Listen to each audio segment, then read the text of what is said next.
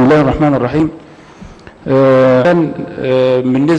بالنسبة لكلام شيخنا الفاضل الشيخ حسن الشافعي، يعني كلامه معتبر وعلى رؤوسنا، ولكن لنا الحق يعني التعقيب على بعض الأمور.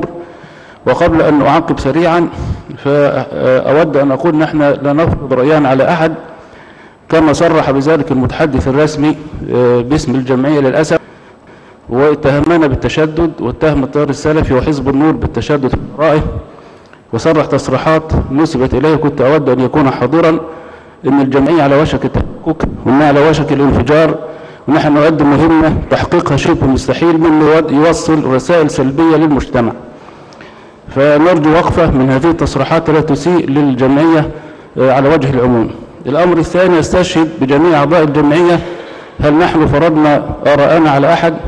نحن جميعا في بوتقة واحدة نعمل بروح، لا يوجد فرض آراء على الآخرين، وهناك آلية لإخراج القرار والمواد في النهاية، ولا سبيل لأحد على الإطلاق أن يفرض رأيه على الآخرين.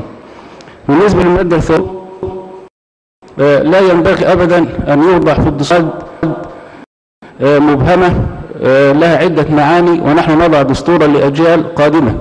فقد اختلفت التفسيرات في كلمة مبادئ.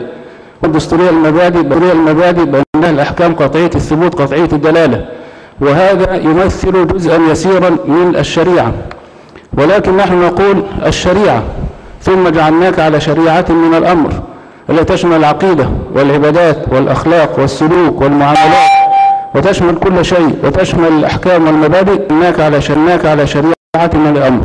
وقد توصلنا مع الأحزاب إلى صيغة في هذه المادة إن شاء الله سوف يرضى عنها الجميع، صيغة توافقية نرجو أن تحظى قبول الجميع. الملاحظة الثانية، ومن لم يحكم ما أنزل الله أولئك هم الكافرون.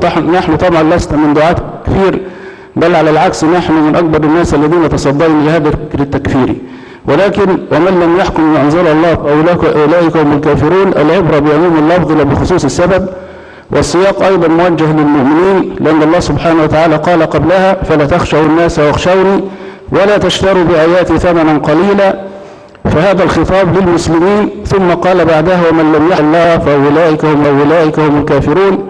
وقبلها بعدة آيات قال الله سبحانه وتعالى والسارقة فاقطعوا أيديهما، وبعدها بعدة آيات قال الله سبحانه وتعالى فاحكم بينهم بما أنزل. ولكن هناك صور من الحكم بغير ما أنزل الله لو وقع فيها المسلم لكانت كفرا مخرجا من الملة، ونتكلم عن كفر النوع إلى كفر المعين. منها إذا اعتقد المسلم أن حكم الله لا يصلح لهذا الزمان، من قال ذلك فقد كفر وخرج من ملة الإسلام، أو اعتقد أن شريعة الإسلام لا تصلح لهذا الزمان، أو اعتقد أن شريعة الله تساوي شريعة البشر، أو شريعة البشر أفضل من شريعة الله، وكذلك سن القوانين العامة وإلزام الناس بها، فهذا نوع من الرد لحكم الله. فلا بد أن نفرق بين الحكم والفتوى. إذا حدث التغيير في الحكم في النص كان يقول الله سبحانه وتعالى والسارق فاقطعوا أيديهما، فيأتي نص في الحكم يقول لا نقطع اليد ولكن نحبس أو نسجن، عندما يحكم الله سبحانه وتعالى على الزاني بالرجم أو الجلد، ثم يأتي المشرع ويقول لا رجم ولا جلد ولكن لا جريمة أصلا إذا كان هناك توافق بين الرجل والمرأة على المواطأة برغبتها وهي بالغ فلا جريمة أصلا. فهذا تغيير في الحكم وتغيير في التشريع العام وإلزام الناس به، فهذا رد لحكم الله عز وجل. أما الفتوى وتنزيل الحكم على الواقع المساوي له، فيمكن أن يكون هناك قاضي مرتشي أو صاحب هوى، فهذا كفر دون كفر وكفر أصغر. ولذلك لابد أن نوضح هذا الأمر، أن ليس كل الحكم ما أنزل الله بغير ما أنزل الله، ليس كل كفرا أصغر، ولكن هناك صور كفر أكبر لابد أن نحذر منها كمسلمين، وأن نطبق شرع رب العالمين الذي مصلحة المسلمين في الدنيا والآخرة. هذا ما أردت أن أشير إليه. الأمر الأخير بالنسبة لي اللجنة الإعلامية أو لجنة المشاورة التي تشاور اللجنة الجمعية أو لجنة الصياغة، هذه ليست من الأمور الإدارية، بل هي من صلب عملنا في هذه الجمعية. ولا بد أن يكون هناك معايير لاختيار هؤلاء الأشخاص، لأن لابد أن يكون في معايير لاختيار هذه الشخصيات، لأن لجنة الصياغة من أهم اللجان. لا لا، مش في لجنة الصياغة. أنا نعم. أؤكد مرة تانية اللي رديت بيه على الدكتور. نعم. ليسوا في لجنة الصياغة، ده عمل منتج هيروح لهم البيت. نعم. يكتبوا عليه فكرهم ورأيهم الفني ويرجع لنا وإحنا أحرار فيه. هم مش في لجنة الصياغة خالص على وجه الإطلاق، أؤكد هذا.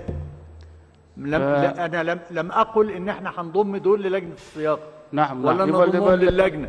هذا احنا ان شاء الله احنا متفقين في هذا. ولذلك قلنا ان القائمة مفتوحة، ومن يرى ان هناك خبراء جديرين بما اخترنا هؤلاء لأدائه فليقدم لنا الأسماء مشكورا. ما فيش أكثر من هذا يعني. هم مش أعضاء في لجنة الصياغة. جزاكم الله خير. نحن متفقين إن شاء الله، ولكن نوسع دائرة المشاركة لنستفيد إن شاء الله. والله سبحانه وتعالى الموفق. جزاكم الله.